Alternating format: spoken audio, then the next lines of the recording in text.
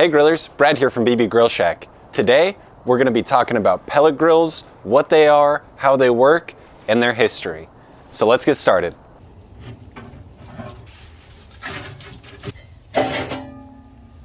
Pellet grills are becoming really popular. You can tell by the explosion of brands.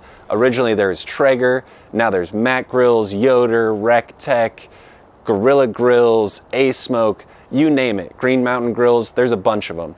And you see them all over the internet too. So we know that the popularity of them is increasing. Let's talk a little bit about how they work, what they are, and where they come from. Let's talk a little bit about what a pellet grill is. A pellet grill is a grill or smoker, either vertical or horizontal, that gets its heat from burning hardwood pellets. These pellets are just natural hardwood compressed down into pellets, and then they're lit by the smoker and kept burning using a fan.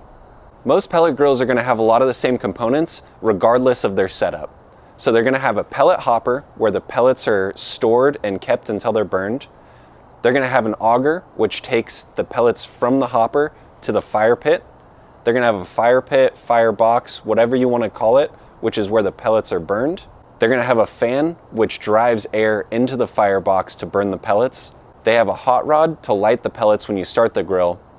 And they have a digital controller to keep everything going and to work all of the mechanisms that need to be worked. So understanding that pellet grills have all of these components, basically what happens and how they work is you're going to fill the pellet hopper with pellets. That's where they're going to be stored. They're going to be transferred to the fire pit through the auger, which is controlled by the digital controller and gives more pellets whenever it needs based off of the temperature and smoke setting that you set on the controller. After the pellets make the trip down the auger, they're going to end up in the firebox. The firebox has a hot rod that's going to catch the initial pellets on fire. Once the pellets catch on fire, that fire is going to catch the rest of the pellets that come out. So the auger will continue to push out pellets as you smoke, and the fire will catch those pellets on fire. During all of this, the digital controller is going to be running a fan. The fan lights the fire and keeps the fire going by adding oxygen into the fire. The fire and the heat of the fire is controlled by the digital controller. It adds pellets when needed and controls the fan speed. Once your pellet grill is up and running, it's basically a self-serving life cycle. As long as it has power and it has pellets in the hopper, it should continue to run at whatever temperature you set it to. That is, assuming that you've maintained it and cleaned it properly. Let's talk about the history of the pellet grill. So pellet stoves and pellet furnaces have been around for a long time to heat buildings and houses, etc. In the 1980s, Traeger invented the Pellet Smoker, which uses the same principle of burning the hardwood pellets, but in this instance, you have the ability to put your meat directly into the smoker with the flame and with the smoke. So previously on hardwood stoves, you could cook on top of them sometimes, and with hardwood furnaces, you couldn't really cook with them at all. It's mostly for heating. So Traeger took that principle and used it to make a smoker. Now that you guys know a little bit about how a pellet grill works, let me show you the components of my Traeger and how they all work together. I'm going to start by showing you guys what's in the main chamber of my grill. So my Traeger has a grill grate on top. Underneath of that, it has a drip pan to keep the fire from getting grease on it, which drips off into the side.